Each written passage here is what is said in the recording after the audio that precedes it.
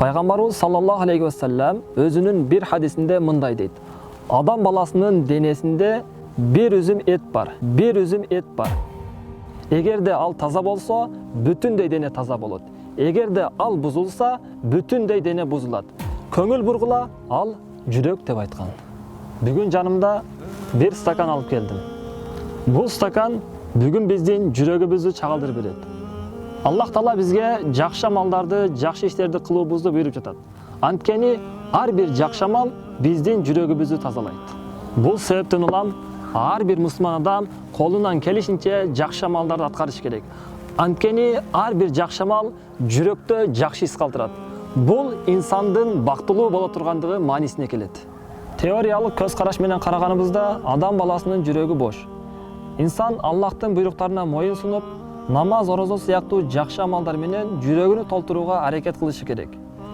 Жанымдагы суу жақсы амалдарды чагылдырып берет. Жақсы амалдар мисалы намаз. Инсан намаз окуган сайын жүрөгү жакшылыктар менен толот. Же болбосо бирөө карыз болсо, карызын кечичи берүү, садака берүү, зекет берүү, ата-энеге жакшы мамиле кылуу, хиджаб кийүү, мечитке баруу. Булардын баары жакшы амалдардан болуп саналат. Жана жүрөктө жакшы ис калтырат. Эгерде сен диндеги жоопкерчилигин аткарган бир мусулман болсоң, жана жакшы иштерди аткарууга аракет кылып жатсаң, анда сенин жүрөгүң бол суу сыяктуу таза болот. Мына ушундай таза жүрөк сенин денеңдин баарысын таза болуусун камсыздайт. Сенин жүрөгүң Аллахтын ыраазы боло турган амалдары себебинен таза болсо, Аллах сенден ыраазы болот. Аллах сенден ыраазы болсо, Аллах сага бейишти берет. Бирок абайлагын, анткени ар бир жаман амал жүрөктө каратак бир ис калтырат.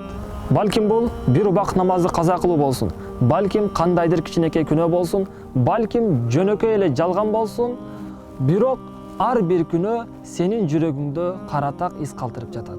Ар бир күнөөң себебинен жүрөгүңдө каратак ис пайда болуп жатат.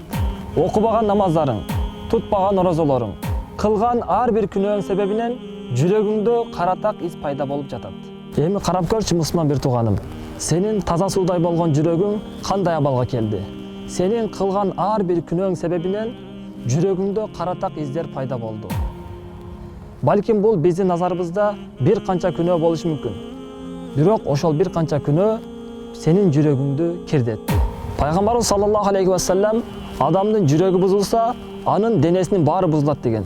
Тозок элери кылган жаман күнөө иштерди кылып жатат. Эми эмне кылабыз? Жүрөгүбүздү абалкыдай абалга кантип алып келебиз? Анын бир жол жобосу барбы? Ооба бар. Бирок шайтан сенин акыркы үмүтүңдү жок кылуу үчүн, сен үчүн үмүт да кечирим да жок деп сага ой салып, сени азгырат. Аллахтын китеби болгон Кур'ан-ы Каримди окуган адам Кур'ан-ы Каримдеги 114 сүрөнүн 113 сүрөсү Бисмиллахир-рахманир-рахим деп башталарын билет. Мээримдүү жана ырайымдуу болгон Аллахтын аты менен баштаймын деп жатат.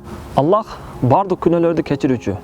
Болгону сен кылган күнөөлөрүң үчүн жараткан Аллахка чын дилден тобо кылып, кайра ал күнөөлөрүңө кайтып барбоо менен жүрөгүң жаңыдан тазалана баштайт. Сен Аллах эми мени кечирбейт, эми мага артка жол жок деп үмүтүңдү жоготушуң мүмкүн. Урматтуу мусулман бир тууганым, сага бир кеңешимди айтайын. Сага ушул ойлорду алып келген шайтандын айткандарын кылба. Аллахтук. Аллах Кур'ан-ы Каримде мындай дейт: قل يا عبادي الذين أسرفوا على أنفسهم قل يا عبادي الذين أسرفوا على أنفسهم لا تقنطوا من رحمة الله لا تقنطوا من رحمة الله إن الله يغفر الذنوب جميعا إن الله يغفر الذنوب جميعا إنه هو الغفور الرحيم. Аллах чындыгында күнөөлөрдү кечиреби? ويعفو عن السيئات. Ата-энебиздин акысына кирсек дагы кечиреби? ويعفو عن السيئات. Жалган сүйлөп, Адамдарды алдасак дагы кечиреби? ويعفو عن السيئات ويعلم ما تفعلون.